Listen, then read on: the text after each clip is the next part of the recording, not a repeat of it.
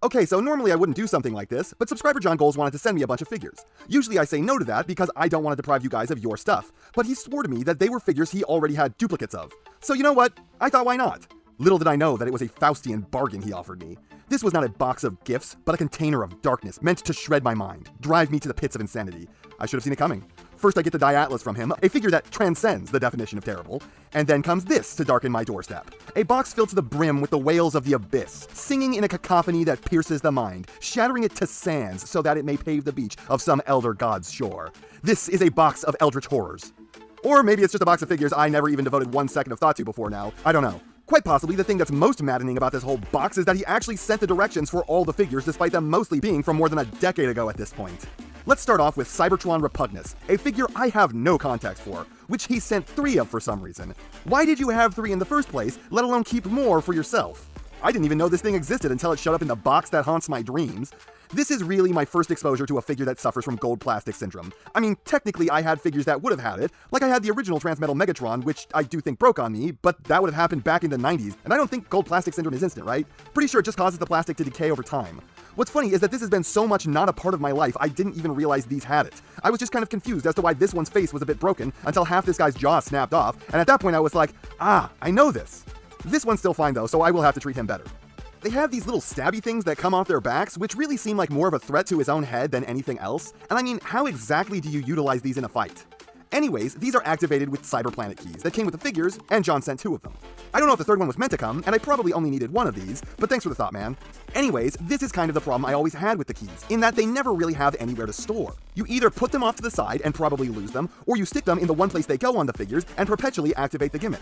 I still have my Cybertron Optimus Prime, and his key went missing a decade ago. And I also had that craptacular giant oversized Starscream that sucked. My nephew stole that one, but I don't want it back, so I never brought it up. Thus he gets to get away with his crimes this time.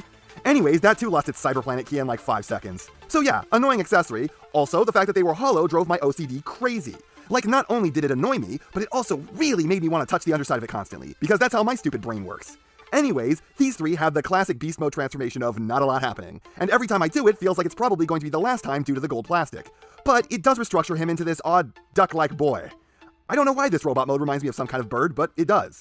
I mean, it wasn't a bad experience for like, hopefully $5 to $10 at the time, but the transformation is basic enough that I expect any toddler to figure out this really no problem. He ends up with kind of no real head, as while this does seem to be what passes for his face, it is just kind of attached to the rest of his body. Immobile, forever peering forward, incapable of seeing threats that come from the sides or back. Doomed, created wrong by some sick god as a joke on life itself. Him also have very strange arms. Normally, you wouldn't expect the waffling to be on the outside. Almost any other design would have flipped these the other way so the arms were more Dino Head than Techno Greeble. And they've done this weird thing where since the wrists have no swivel, so they can't rotate to hold stuff, they just put a slot in the jaw to tab the tail weapon into, which does not have anything approaching a conventional peg. Trying to attach one of these is how I broke the jaw on the other one, as the peg is wider than the hole it needed to go into, and the plastic is now very brittle. If you have one of these, this is now a useless accessory. The coolest thing this guy can now do as an attack is claw at you with his nipples. Posability on this is really bad by modern standard. No head, arms go all the way up here, but they have to go back at the same time, ball-jointed shoulders with some weird limits on their range, elbows technically are also the hands, which open and close, no waist, some of the most unimpeded hips of all time, knees go something like a 90, but it's hard to tell because of the weird sculpt, and the digitigrade shins make him really unstable. So this would be a pretty fun little guy to have gotten at the time for cheap, you know, if it was cheap, but I can't recommend you pick this up now, considering it's actively crumbling to dust. Anyways, those were the first 3 figures in the box, and I have to say, thank you, John. It means a lot to me that you gave me something of yours just so I had material to do a video on. The next thing he sent me is 2007 movie Corpenoc. That's right, guys, I finally own a Bayverse figure, so I can finally cover one like you've all been asking me to forever, and I always had to refuse because I just don't buy those movie figures. Oh, John, I'm just so grateful I could strangle you. The thing that gets me the most about this figure is that this is apparently just an accessory that came with the movie Blackout. How do I know that? Because John sent me the directions for this thing, which are just a small part appended to the directions for Blackout.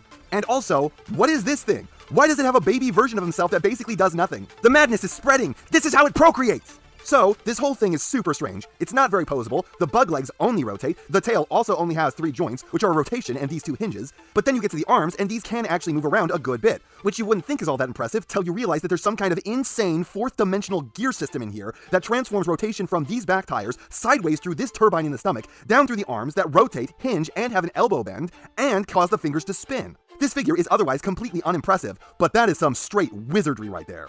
The fingers also open and close, which for some reason is designed to lock the wrists from rotating, despite the fact that now they're like fans, so this is when you want them to rotate the most.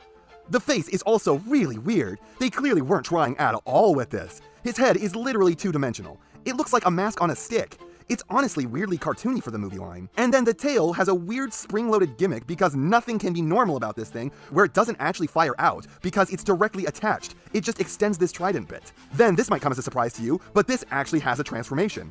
I never for a second expected this to transform, as he didn't in the movie, but it does. It's stupid simple. You basically just flip the legs down and then rotate the arms and bend the head, and the resulting robot mode is this. Lastly, he sent me Power Dasher Zetar, a figure that's basically the thesis statement on why I find Japanese Transformers so unappealing.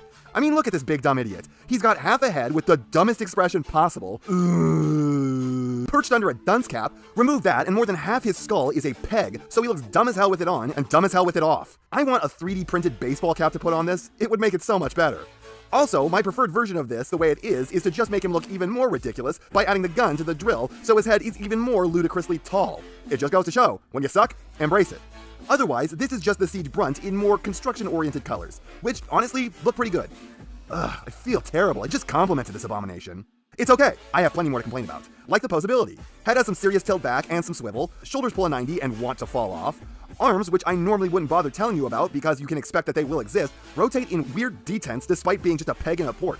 Basically, the exact same elbows that were on the Repugnus, with them only pulling a 92, and then terminating in claws that can't rotate, so the hands are useless. Some of the most unimpeded hips of all time, also like the Repugnus.